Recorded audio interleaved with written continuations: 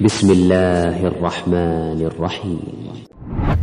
Alhamdulillahi Rabbil alamin. As-salatu was-salamu ala ashrafil anbiya wal mursalin. Nabiyina Muhammadin wa ala alihi wa sahbihi wa tabi'in. Thumma ma ba'd. Assalamu alaikum wa rahmatullahi wa barakatuh. Мықты дарыгерди тандадык. Бирок мықты дарыгер бейтаптын 20 маселесин билиш керек экен. Ошого токтолобуз. Тибб Набави, пайгамбардын медицинасы деген китеп, Ибн Кайим Аль-Джаузия рахимахуллах.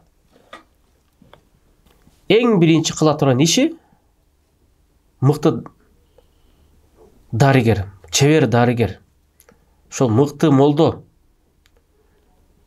мыкты ракый, дем салуучу бул эмнени билиш керек экен? Эң биринчи. Ан-назару фи нау'ил марад. Оорунун түрүнө көз салыш керек экен. Бул кайсы кыл оору? Бизде айтпаймынбы, баардык нерсеге дем сала берет. Ошол үчүн оорунун түрүнө көз салыш керек. Бул медицина тарабына тиешелүү же шариятка, рукуяга тиешелүү? Көз тийгенби же кандай? Ошол түрүн салыш керек. Мин айил амрад хуа. Бул кайсы кыл оору экенин билиш керек ошол. Экинчи бир биле турган иши ан-назару фи сабабихи. Ошол оорунун себебин билиш керек. Эмне себептен ошол ооруга чалдыгып калды адам? Себебин билиш керек. Эгер себебин билбесе, бул адам ал жолдор менен күрөшө бергенин пайдасы жок. Бирин себебин билиш керек. Мин айи шейин хадаса. Бул оору эмне нерседен пайда болду? Мисалы, дем салатсаң, баш айланат. Бул жин бар экен деп коет. Симне? Көз ачыксыңбы? Баш айланбаса жин бар экенби? Ушундай бир таң калыштуу бир адамдарды көрдүм. Дем салар менен жин бар дейт. Жин дейт бир. Мында адамдар бир 4 нерсе айтып коет экен. Жин дейт, же сыйкыр дейт, кара дуа. Же сене көз бар экен деп коет. Же сага шайтан илешкен кирип отур дейт. Ашыктыгы менен. Субханалла, табаракалла.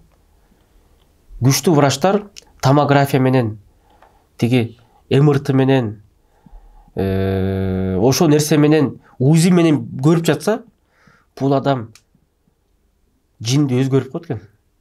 Дагы билет экен кайсы түрүндө оору экен.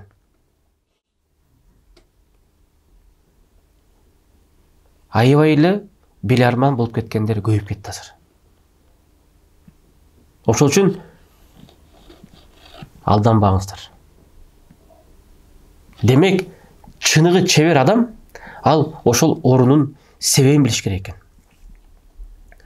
Вал иллатул фа'ила аллати канат сабабу худусихи ма хия. Мындайча айтканда, ошол оорун пайда кылган, ошол оору келип калды. Ошол келип калган ооруну эмне себеп кылган? Кичине ошого токтолуп кетсек. Бир адам чын эле васваса оорусу менен ооруйт эле да. Васваса деген эмне? Жанакындай шайтан шыбырайт. Алхамдулилла, мен бардым эле. Биринчи эле күнү себебин таптым. Айттым, сиздин бул ооруга душар болгонуңуз, мен азыр божомолбой айтам, бирок сиз өзүңүз бекемдеш керексиз дедим. Уйдун этин жегенин дедим. Уйдун этин жеген. Иншалла, бул жөнүндө дагы башка бир сабактарда кененирээк кайсы кыл малдын этин жетсең, эмне пайда табасын өтөбүз иншалла. Уйдун этин, койдун этин, жылкынын этин. Бирок кичине уйдун эти жөнүндө кичине айтып кетейин. Ибн Кайим ошол эле Задил Маатта, ошондой эле 4-ч томунда жана Тибб Набавийде уйдун эти жөнүндө айтат. Уйдун эти дейт, бул суук келет дейт. Суук келет. Ошон үчүн уй деген говядина бул суук келет. Пайгамбар айткан, уйдун этинде зыяндык, сүтүндө береке деген. Чындап эле, сүтүндө береке. Анда эмне чыгаратабыз? Каймак, сүзмө, сары май, айран, быштак, канча нерсенин баары чыгып кетет. Береке сүтүндө. Анткени уй жеген нерсенин баардык нерсе белок бул ак нерседе болот. Кальций ак нерсе, ошо сүтүнө кетет. Этинде бүт жаман нерсенин баары келет. Экинчи хадис пайгамбардын, уйдун этинде зыян, майында шыпа дейт. Уйдун майында шыпа дейт пайгамбар саллаллаху алейхи хадис. Этинде зыян деген хадис. Бирок бул жер айтылган жок, эти харам деген мааниде эмес. Бул хадистин негизи айтылып жаткан максаты этин көбүрөөк жебегиле. Мындайча айтканда, жаш болсо 90% уйдун этине өтө албайлык.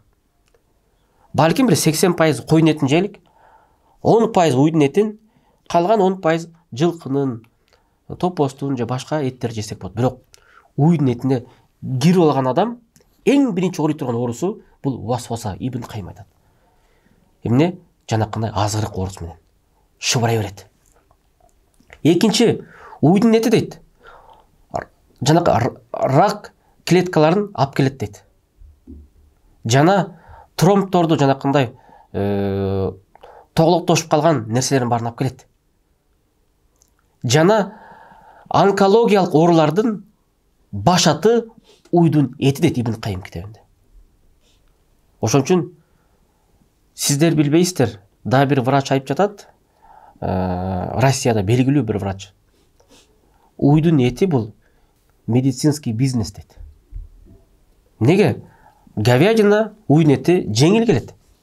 Ошон үчүн уйдун этин жейсиң дагы, бүттү, оорулардын баарын туудурасың. Дарылар сатылат, больницаларда орун калбайт. Уйдун эт жеп жүргөн адам дайыма көп ар кандай ооруга дуушар болот. Оорукчан болот. Эмнеге деген маселе. Анткени уйда ислам шариаты менен медицинасында айтылат, уйда кыймыл жок. Айтпадымбы? Эң көп кыймылы бар жандыкта бул эти таза. Кыргыздарда бизде макал бар. Аккан сууда арам жок дейт. Бирок бул макалдын түпкү маанисин түшүнбөйбүз да. Бул макалдын дагы бир мааниси, сенин денеңде суу эмес, эмне? Сенин денеңде кан. Каның агып турса, иштеп турса, оору, арам нерсе жолобойт деген сөз. Баспай жүргөн адам, чуркабай жүргөн адам бүт оорулардын баарын өзүнө чогултат. Ошолордун бири уй. Уйду көрдүңөр чуркап жүргөн. Уй баспайт. Кыймылдашы да өтө кыйын. Ошон уйда этинде көп оорун баары жабышкан. Жанакындай личинкалар, ар кандай бактериялар уйдун этинде. Ошон үчүн мен айтып жаткан нерседе азыр мал доктору көрүп жаткан болсо, ал дагы тастыктайт. Уйдун этин чала бышырып жебеш керек эч качан. Чыйкан ар кандай оорун бар чыгып кетет. Койдун этин чала бышырсаң да эчтеке эмес. Эмнеге? Анткени кой таза.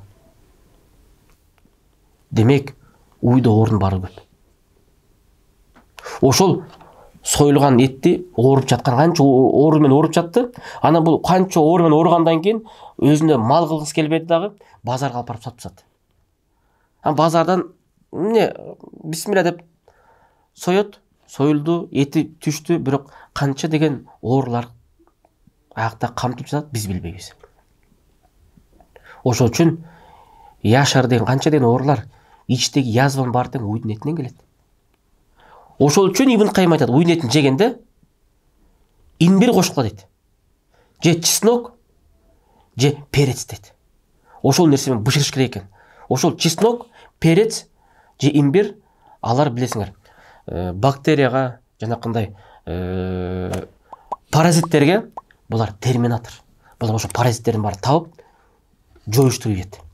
Ошон үчүн уйдун этин жегенде Ибн Кайым айтат, физикалык жактан чарчаган адам жесе жакшыраак дейт. Бирок эч качан ооруган адам жебесин.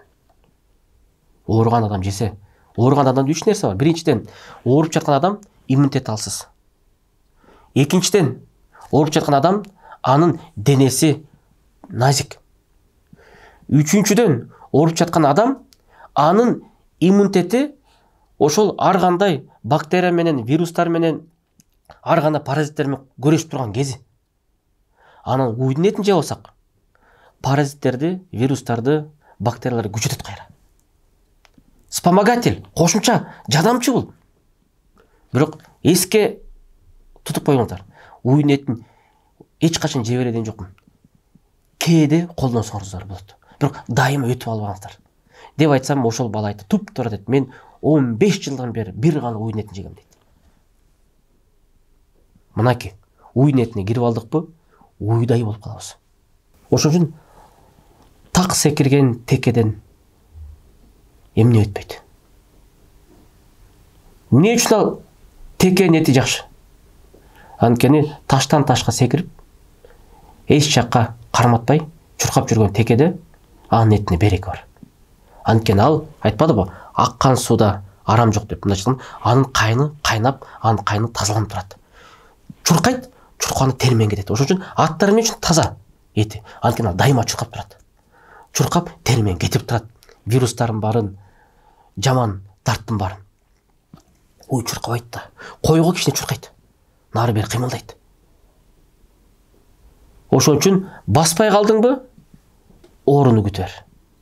Ошон үчүн айтат экенбиз, бүт орун баары тең, курсактан жана кыймылдан, анан тамактан. Кызыгы, курсакты толтурабыз, кыймылдабайбыз, жеген тамагыбыз угулуп болот. Камардын баарын ошойтуп, 5 бармактын баарын, анда дагы камырды көбүрөөк жеп алабыз күлчатадан. Анан кийин көрөр эле. Көбүнчө дарыгерлер айтуусу боюнча, дуңгандар алардын пациенттери экен. Анткени эртең менен түштө, кечинде лагман. Камыр жей бербеш керекпиз. Биздин кыргыздар, биздин ата бабалар эң мыкты болгон алардын тамагы. Эң мыкты тамакты жешкен. Шорпо ичкен, эт жеген, кымыз ичкен. Анда дагы эч качан, мен айтып коем, мына биякта аксакалдар да көрүшү мүмкүн. Бул мен айтаткан сөздү 80 жашка чейинки аксакалдар жакшы билет. Мурда биздин ата бабалар эч качан уйдун этин жеген эмес. Тоодо жашап жүргөн ата бабалар уйдун эт жегенде опкасына түшөт. Суук келет.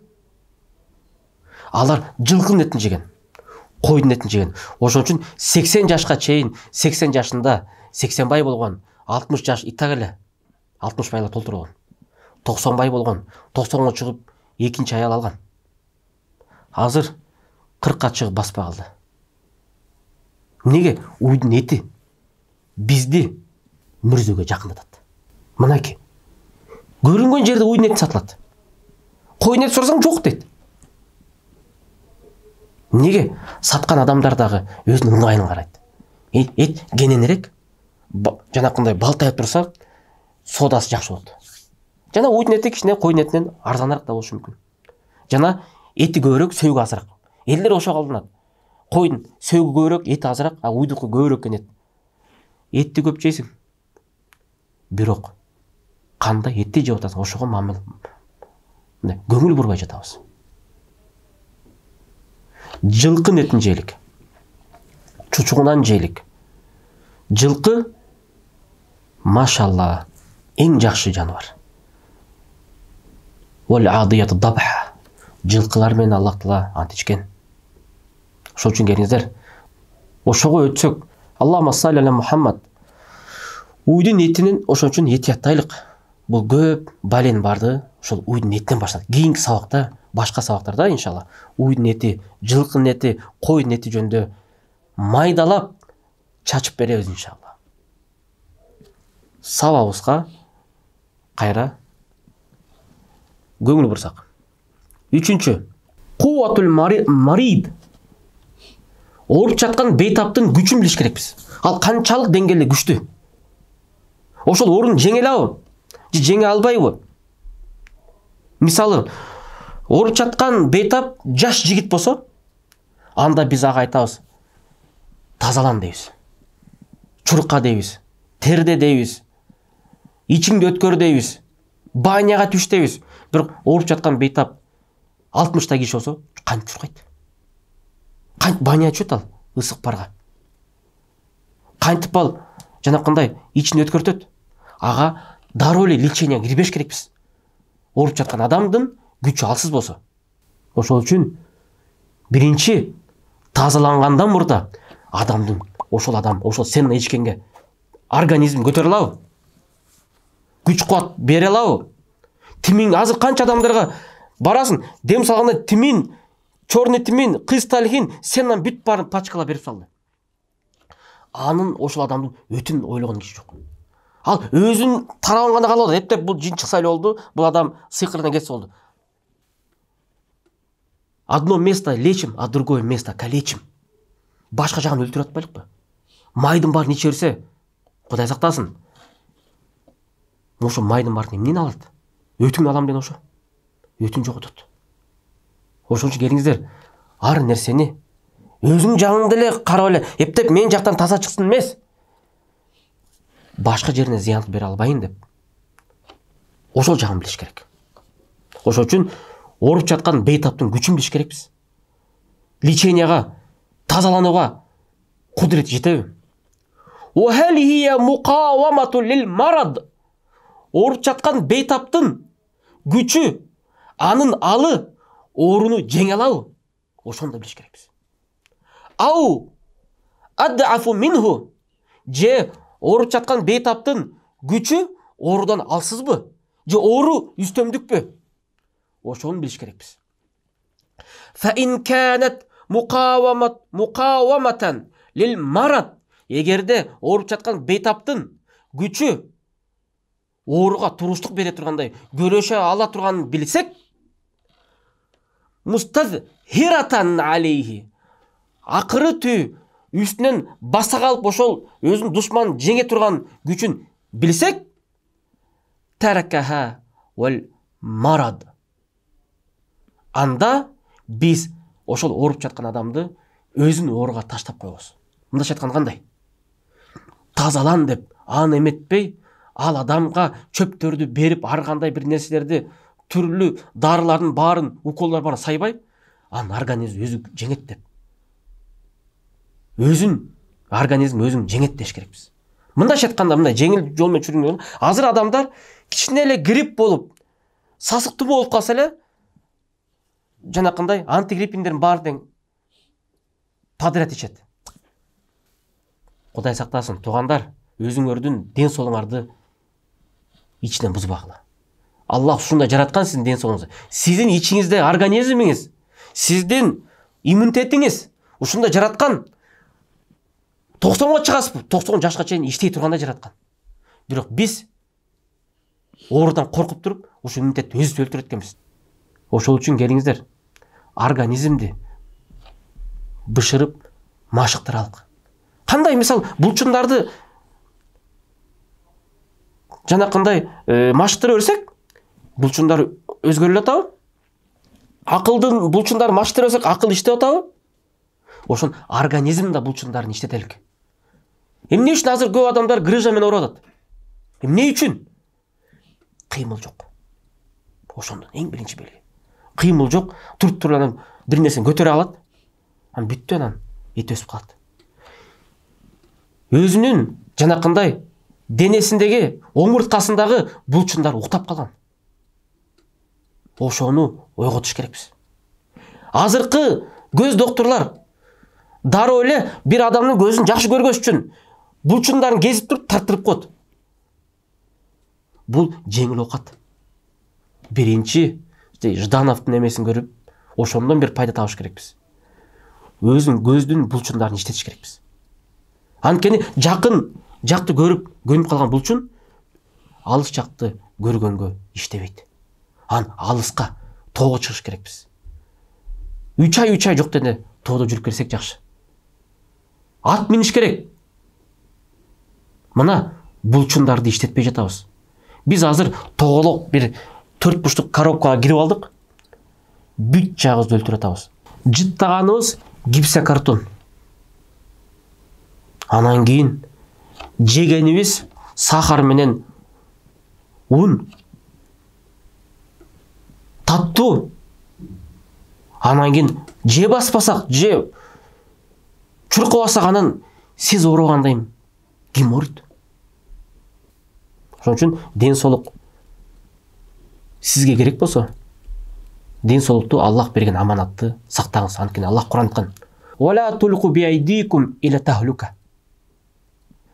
Өзүңөр колуңар менен өзүңөрдү жоготпогула дейт. Демек, өзүбүз жеп алып туруп, баспасак, чуркабасак, анан сени ким өлтүрөт? Өзүң эле өлтүрүп атасың. Сахарын диабет өзү келип жабышпайт. Өзүңдүн жалкоолугуңан, сахарды жегениңен, кыймылың жоктон. Иншалла эмки сабакта биз 4-чү амалга келебиз. Ошол үчүн бир нерсени айтып коюш керекпиз. Ден соолукту, организмди өзүн күрөштүргөнгө биринчи дарыгер салыш керек. Өзү күрөшүп көрсүн. Эгерде күрөшө албайбы, анан кийин дарыларды кошобуз. Анткени дарылар бул эч качан түшүнбөңүздөр. Дары деген антибиотик деген бул дооруну өлтүрүүчү деп. Жок, бул бир гана жардам берүүчү. Эң биринчи ооруну өлтүрөт сиздин организм өзү күрөшсө. Бирок дары анын курал жарактары. Бирок биз элдер ошон үчүн калганбыз. Дары дармек главный, эң негизги курал жарак. Ошол өлтүрөт. Организм уктап жата берсин. Жок, организмди Аллах ушундай жараткан. Сиз билбейсиз. Аллах өзүңөрдү карап көрүлөчү, мен силерди кантип жараттым дейт. Көз салбай жатабыз. Организм ушундай жараткан Аллах Таала биздин. Ал организм туруп эле өзүнө келип калат. Элестетиңиздерчи, сиз канча тамак жеп атасыз, ошонун баардыгын сиңирип, зарасын бөлүп чыгарып, ошону иштеп жатат. Анда организмдин ордуна бир дагы машина, анын ордуна бир күн дагы иштеп бере албайт. Ошол ден соолугуңузду сактаңыз, өз колуңузда. Ассаламу алейкум ва рахматуллахи ва баракатух.